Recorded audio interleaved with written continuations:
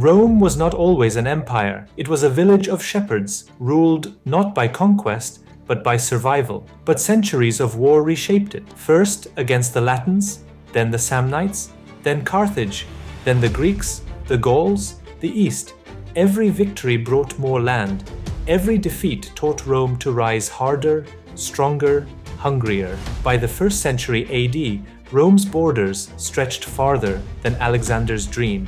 But what if the legions had gone even further? What if Rome had conquered it all? No rivals, no borders, no worlds left to take. This is the paradox of empire.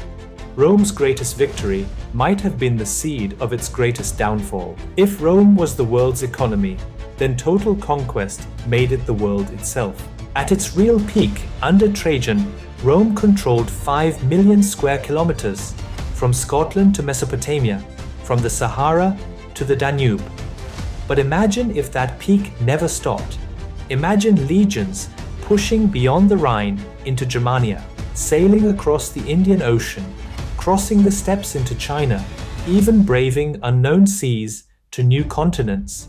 Legions standing on the shores of an empty ocean, with nothing left to conquer. But what does total conquest even mean for an ancient empire? It was never just about land. It was about grain, tribute, slaves, taxes. Rome's engine was expansion, and with every victory, Rome demanded more. So what happens when the hunger for conquest finally has no outlet? The empire that thrived on victory might choke on its own perfection. The Roman military was not just an army, it was Rome's very identity. Conquest gave generals their power, senators their wealth, and citizens their pride. Without new wars, the legions become idle. What happens to a war machine when there are no wars? Do gladiators still fight when there is no glory left to mirror? Do senators still compete when there are no provinces to govern?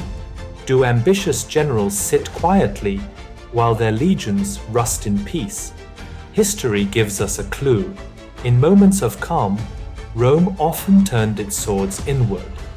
Civil wars tore it apart. Julius Caesar did not march on Gaul to defend Rome. He marched to make himself Rome. And in a world without enemies, the Republic, or the Empire, would face its greatest one, itself. Rome without enemies would discover its deadliest enemy, Rome. Rome's wealth was built on new provinces, new slaves, new streams of gold. But conquest is not infinite. No new territories means no new tribute, no new slaves to fuel the latifundia, no foreign silver to flood the markets. Would the empire collapse into economic stagnation? Or would it be forced to innovate, to mechanize labor, to rely on free citizens instead of endless slaves? Perhaps Rome, starved of conquest, would be driven to invention, an industrial revolution 2,000 years before its time. Or perhaps, stripped of expansion, Rome would rot from within, its riches hoarded by a corrupt elite, while its people sank into idleness. Conquest gave Rome its wealth. The end of conquest could give Rome its ruin or its rebirth. Would emperors still be gods on earth when the empire no longer grew? Or would rivals in the Senate, hungry for power, challenge their rule? Without external threats, Rome would lose the glue that held its provinces together. Gaul, Egypt, Syria, once united by Rome's wars, might fracture in peace. The very vastness of Rome could tear it apart. But there is another possibility. Without conquest, perhaps Rome would turn inward, to law, to roads, to knowledge, an empire of soldiers becoming an empire of scholars. Could peace have saved the Republic instead of killing it? The question was no longer, who do we conquer? But who rules when there is nothing left to rule? This is the paradox of Rome. Expansion gave it strength, but also addiction. Its people learned to measure greatness not in peace, but in conquest. Perhaps it would have stood forever. Or perhaps, with no more worlds to conquer, it would have collapsed even faster, devoured by its own ambition, poisoned by its own perfection. Because empires do not only fall to enemies, sometimes they fall to silence.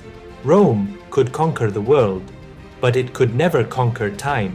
So tell me, if Rome had ruled the earth, would it have created a golden age of peace, or destroyed itself from within?